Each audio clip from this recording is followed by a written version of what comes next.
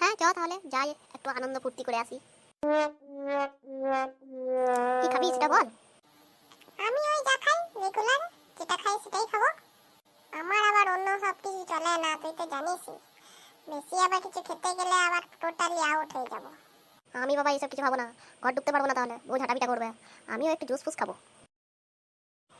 ঠিক আছে, রোজ যেটা খাই সেটাই তাহলে অর্ডার করছি।